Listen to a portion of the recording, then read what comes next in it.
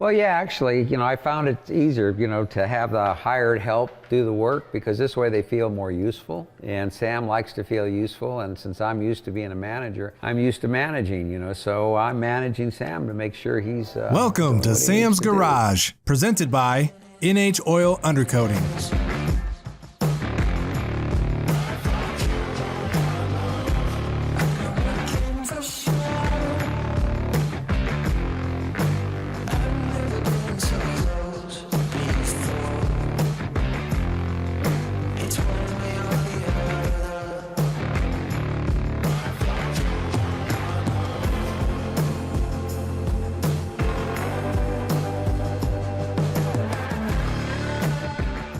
On this week's episode of Sam's Garage, Sam and Kevin install a new transfer case and starter in the Jeep Rock Crawler. Then Sam and Doug complete the rear differential in the Alpha 1 GTO.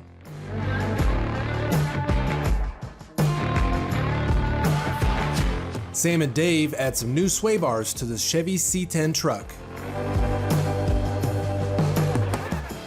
And Sam installs a new chrome power steering pump in the 68 Camaro.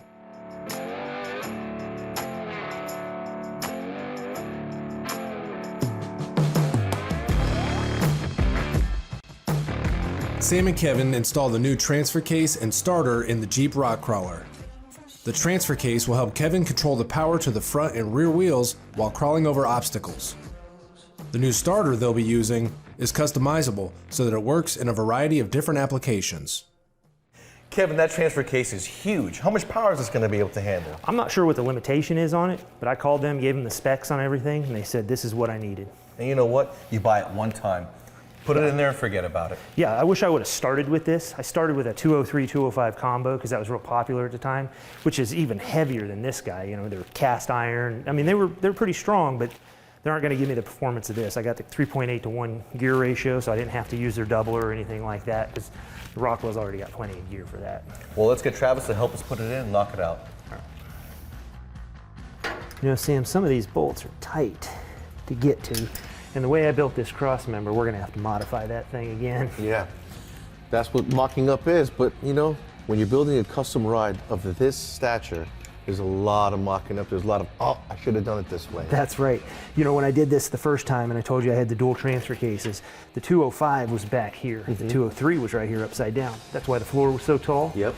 And when we got into this, we were trying to put the seats, see if they were going to fit. And we're like, oh no, they're not even going to come close. So we had to cut the floor.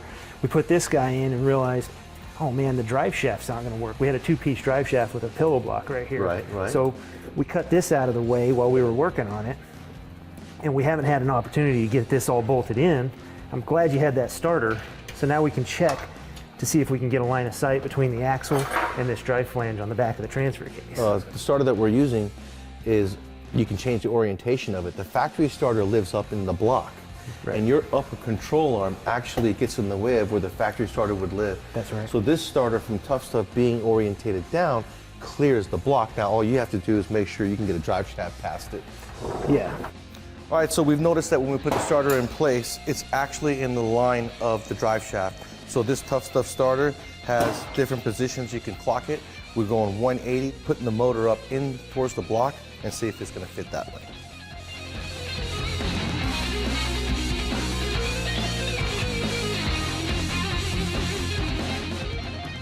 We're assembling the shifter assembly for the transfer case, and we're going to fit it in the car, mock it up, and see how it works. Yeah, so obviously we don't have a floor in here. It makes this really convenient and a good time for mocking things up like this because I can reach through and I don't have to get under the car and fight it. But when we do have the floor in here, we'll already have this kind of mocked up and know exactly how it goes together. It's really helpful. Well, that's really nice right there, Kevin. Does a good job. You got both shifters here. You got the front and the rear. Yep, it says R and F on it. Now you got the cables in there. I see you got the attachment on the transfer case in there. Yep. Let's mock up the shifter and see how it's going to look. Awesome. So one of the things that Sam was very cautious about doing was make sure we had the levers on the right side so you could create the space you need to put the knobs on the top. You also got to make sure that you've got the right cable going to the right lever. You can always reverse them. It's a personal preference thing. If you want your rear or your front, however you want to orient them. but just remember that they are related. Also a good idea, like I've done here, is clamp this in, make sure you have clearance. You can see that we don't here. So we'll go back in, we'll adjust these levers. The cables can allow us to put these levers in any orientation that we want. And if we can't fit them here, we can always cut this bar out, move this back.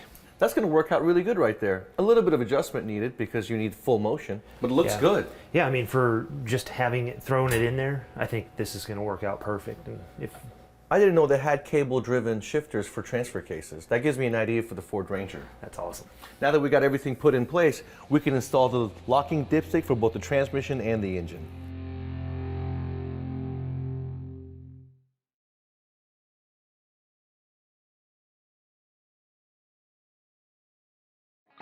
Welcome back to Sam's Garage, presented by NH Oil Undercoating. Sam and Doug complete the rear differential and the Alpha 1 GTO. Along with the differential, they'll complete all of the rear suspension parts that tie everything together. All of the upgraded parts are designed to work together to help keep the rear end of this GTO under control. We have our differential fully installed in the pumpkin. It's ready to install it in the car, but we're not going to be using the old parts, right, Doug? No, we've gone with the billet aluminum. Let's go ahead and get this thing installed, take a look and see how it all fits. Absolutely. You know, Doug, this mustache bar is a lot nicer than the factory stamped steel one. It's going to give it a lot more rigidity. Yeah, you know, a lot more strength on the salmon. It's lighter too. If you take a look, they went ahead and milled everything out, keep the lightness, but yet they kept the strength. Absolutely. And you guys, anytime you order something and you see that it comes pre-assembled for you, don't assume the hardware is tight. Go ahead and double check it with your own tools, just to give you some peace of mind knowing it's been put together correctly. And what Doug is doing right now is this sleeve is going to go inside the middle of our urethane bushing. It's very important to lube anytime you use a urethane bushing. If you don't, you're going to have horrible squeaking sounds. The cool thing is that the kit comes with a packet for you to be able to do that. If you guys working on something, in this case we didn't have instructions, but always pay attention to your hardware because you can see right there, there is a message on mine. So this washer is there to keep the bushing in place. We don't need one on the top part because the body of the car is there. It's going to work as the spacer. In our case, we only need it for the bottom, and that's what the writing is telling us.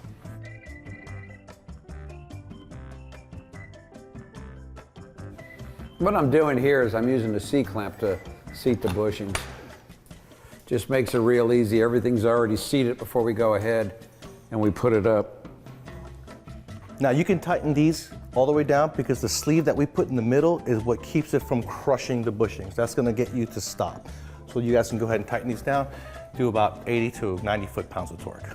Now we're going to put the rear mount on, and our rear mount also replaces the factory rubber mount to a solid one. So all we got to do is put the bolts in from the top, put our cross member in.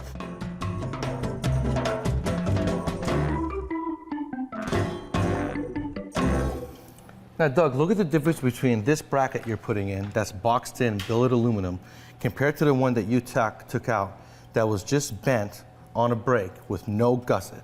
Yeah. This probably did something like this the whole time they were driving it. That's going to make this rear end so much more solid. It will, Sam, and the way this is all boxed in, we'll know exactly what the rear end is doing at all times. And that's so important in setting a car up like this. Absolutely. Make sure you leave everything loose first. Don't start tightening one end and tightening another spot and tightening another spot until you have everything in. Otherwise, you could really fight it. You know, the proper tools really makes your job so much easier. I got a swivel 1/4 inch 14 impact here. I got a long 1/4 inch extension along with the nut driver, and it just made putting those two 14s up in there so much easier.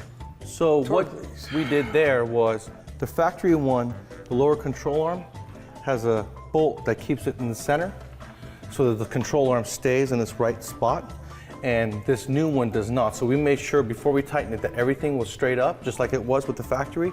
Then we hit the bolts in the back. Now we're going to go ahead and put our braces in the front and hit them next. Well, what do you think, Doug? It's all done. It's going to be a real nice upgrade. Yeah, it really is, Sam. When I take a look at how all of this is designed and how it's all built and made, this is just absolutely tremendous. It's going to be really interesting when we get an opportunity to put this on the track. But as I'm looking at all of it, I think we're going to want to take that sway bar, from mounted here to go ahead and mount it on the back. That's going to go ahead and box everything and just give it a little bit more stiffness to it all. Absolutely. So all we got to do now is finish up with our hub assemblies, install the new 300ZX twin turbo axles we got, and we should be good to go back here. Absolutely fantastic.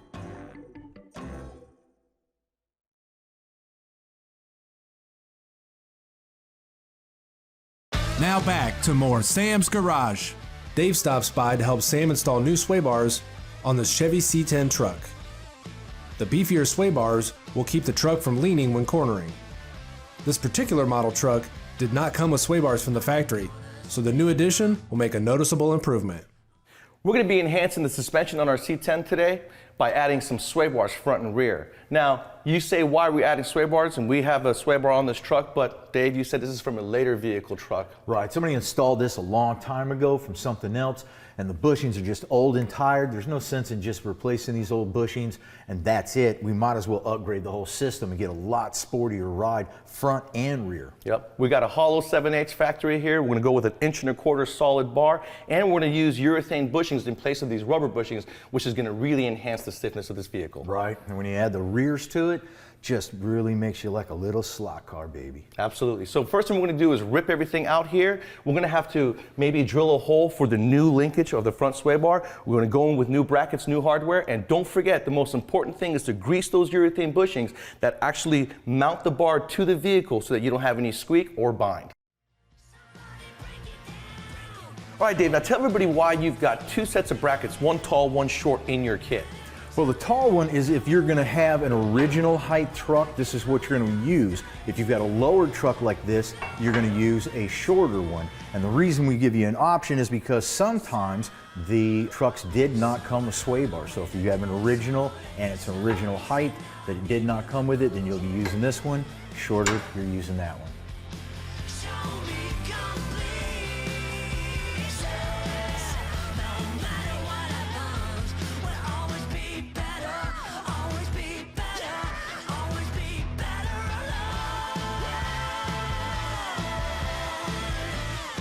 Now, when you guys are installing end links like you're seeing Dave do right now, you have bushings that's got a flat spot and a protrusion on one side. The flat spot's going to go against your washer, and this indentation is going to go inside the component. So this will sandwich the control arm, and the other one is going to sandwich the sway bar itself.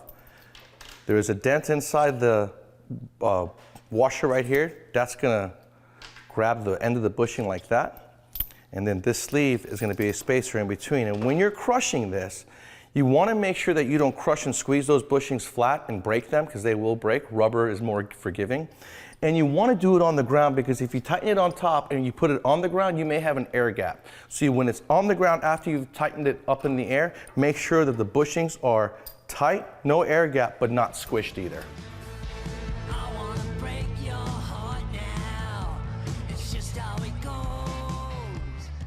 It's going to add a lot of stability, a lot of handling to this truck. Right, especially if you have airbags and it's on a single line front and rear, you get a lot of roll, so this is really going to help you out a lot. You're going to get a more stable ride. You're just going to drive it like a little slot car, a little race car. Well, this thing, he added a front sway bar to this at some point from a later model truck, but the rear ones don't ever come with one. So that rear sway bar is going to be a huge addition to the handling of this truck. Oh, definitely.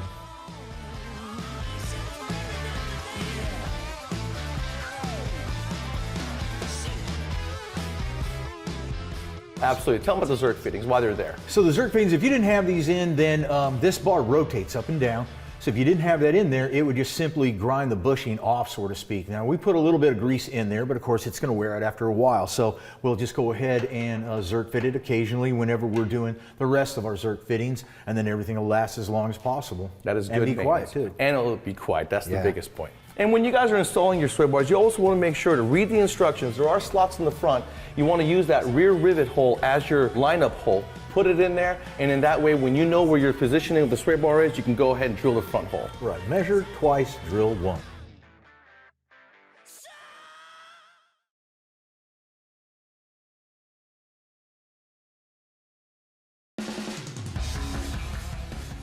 Sam gets ready to install the new power steering pump in the 68 Camaro. This factory original steering pump has been chromed to match the water pump. The combination is sure to stand out. There's nothing wrong with a little extra bling under the hood. All right, I got my power steering pump fully disassembled. This time I'm going to be upgrading the power steering pump to a factory original pump, but it's going to be chrome to match the water pump. Now I removed all the factory brackets. Tough Stuff does provide new brackets. Make sure you read the instructions because there are several steps to it and you want to make sure that the geometry of the belt is correct. I'm going to go ahead and put the new brackets on and we'll be ready to go with the new pump. Now the new pump, like I said, is a direct replacement, so I do not have to change the power steering pressure hose or the return hose. Do make sure to replace the Teflon seals that are at the pressure hose fitting. Okay, now before I go in with my power steering pump, what I like to do is assemble it on the bench because it makes it a lot easier to install on the car. When Tough Stuff sends us the brackets, these are powder coated, so some cases you have to drill out the powder coat in the center of these sleeves in order to get it to go smoothly over your hardware. Now, in the instructions it does say to remove the studs that are on the back of the pump, and we're going to replace them with bolts. Okay? Now, most of the domestic power steering pumps are press-on pulleys, but this is an old-school pulley, so it is a bolt-on. It is going to have a slot for a Woodruff key. The Woodruff key is going to come on the shaft of the new power steering pump from Tough Stuff. It's very important you do not lose this and that you do keep it in place, making sure that it's in the slot on the pulley before you bolt it down, because that's what's going to keep the pulley from spinning, and it's going to actually create the pressure you need to have power steering pump. Now we're going to go ahead and install our power steering pump. The fitting for the pressure hose is right here. That's a compression fitting. The Teflon seal is back there. Tough Stuff's already resealed that for us. Here's our return line. Make sure to follow the instructions, adding a flat washer there along with their spacer here. And now I'm going to go ahead, install my hoses, and I can mount my pump.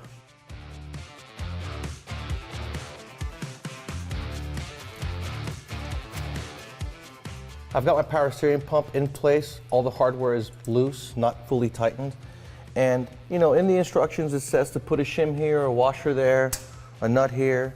But anytime you're putting an custom application on a vehicle, no matter what it is, there's going to be times where not everything jives with the instructions. So you just have to use your head.